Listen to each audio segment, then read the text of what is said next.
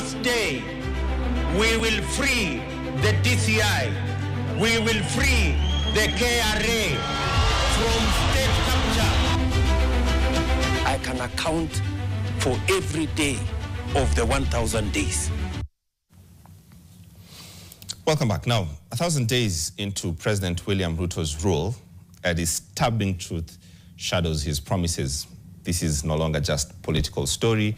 It is personal account of the suppressed rights and freedoms, state-sanctioned abduction and disappearances. It is a story of Jacinta Nyango, a grieving mother who lost her 9-year-old son in protests, and chaos of Bernard Kavuli, stripped and tortured for speaking out, of Bomjagi and Longton brothers who vanished for weeks. These are the faces behind the numbers, behind 159 cases of extrajudicial killings and enforced disappearances documented in just a year. Tonight, Laban Shaban tells their stories and asks, who protects the people when the state turns predator? President William Ruto's 1,000 days in office have been marked not by reforms in the security sector, despite deliberate efforts to improve it, but by a sharp and chilling rise in human rights abuses. I, William Samoei Ruto. The head of state lifted the Bible on September 13th, 2022 to take the oath of office. It was a day of fanfare filled with hope, where he arrived not just as a leader, but as a man carrying the weight of a nation's expectations. He came bearing promises, promises of peace, promises of security. One such vow was delivered during the funeral service of General Francis Omondi Ogola. There shall never be another occasion where we have bodies of Kenyans in Rivayala. It will never happen again. Not under my watch. But under his watch, that very promise is slowly being undone. What once sounded like a pledge to protect life has now transformed into a growing debt, one the president seems unable or perhaps unwilling to repay. The promise should have been that extrajudicial killings will continue and will continue. Senior Programs Advisor at the Kenya Human Rights Commission, Martin Mavenjina, also weighs in. President Ruto has spectacularly failed. In fact, if I was to mark him out of 100, I would not even give him 1%, because when you look at Ruto 1,000 days into his presidency, the 1,000 days in office have been shadowed by arbitrary abductions, enforced disappearances, and a mounting toll of extrajudicial killings. This is now deeply etched into the record of this regime. 159 cases of extrajudicial killings and enforced disappearances were documented in 2024 alone. This is according to the Missing Voices annual report. Out of the 159, 104 or 65% were police killings. The other 55, about 35%, were enforced disappearances. One of those 159 names is Bernard Kavulis, a young and bold journalism student. He was among the youth who amplified the Ruto Must Go movement in June 2024. Ruto Must Go is not only my call, it's everybody's call actually. So I'm not the one saying Ruto must go. On December 22nd, 2024, Kavuli was abducted from a petrol station in Ngong, Kajiado County. He vanished for 15 days. During that time, he was tortured, stripped, and starved. His dignity eroded, his spirit tested. They told me that their mandate there is to protect the presidency, under whatever circumstance, even if it means death. Kavuli made it out and lived to tell. But what about those who never returned? What about those killed during the anti-tax protest of June 2024? Among the youngest victims, Kennedy Onyango, aged just 12. He was caught in the brutal crackdown in Rongai on June 28th. What does a child of 12 know about the economy or the finance bill.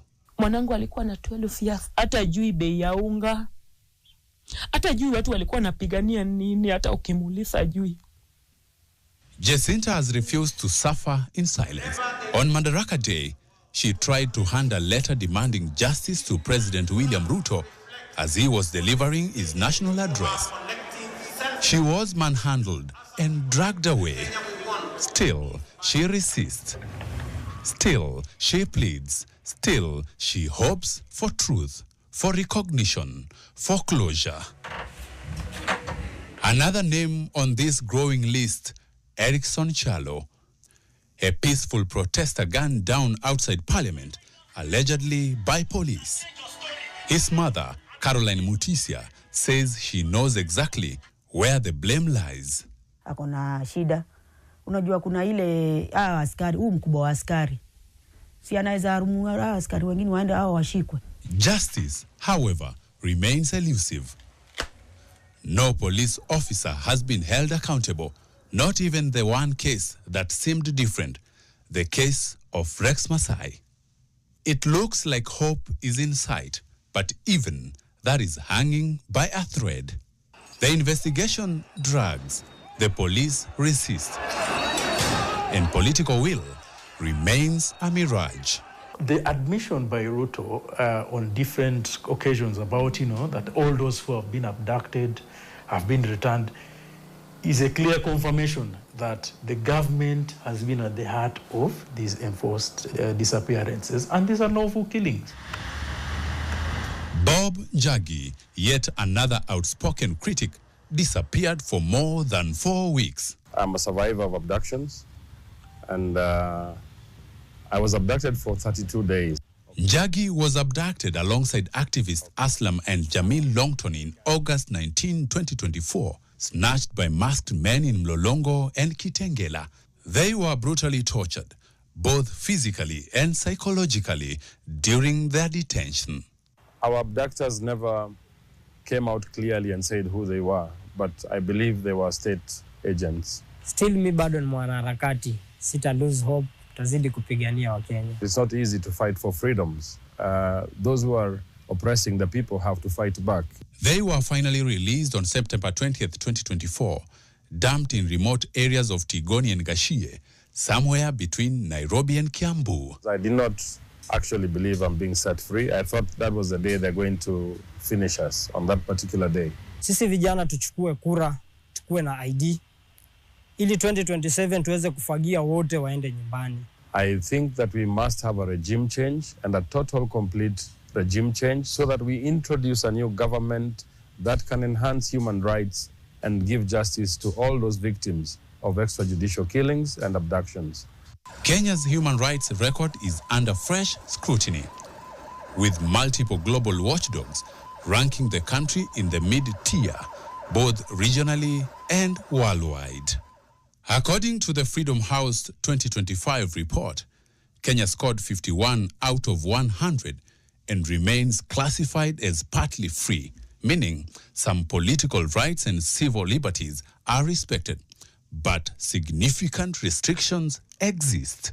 Meanwhile, the global rights groups Civicus downgraded Kenya's civic space from obstructed, limited space for activism and legal and practical barriers to repressed. Civic freedoms are severely curtailed with widespread harassment or violence. Every year, in fact, Kenyans are actually dying of police bullets as opposed to natural causes. The Fund for Peace's Fragile States Index also places Kenya among the top 40 most fragile countries globally. The organization cites concern over rule of law and accountability. Rights experts say the country risks further decline unless urgent reforms are undertaken to protect civil liberties and end impunity. 1,000 days of promises and 1,000 cracks in the trust of the people. From broken vows to broken families, this is not just a story about politics. It's about pain, power, and the price paid by Kenyans for speaking out. And for justice, it is missing in action.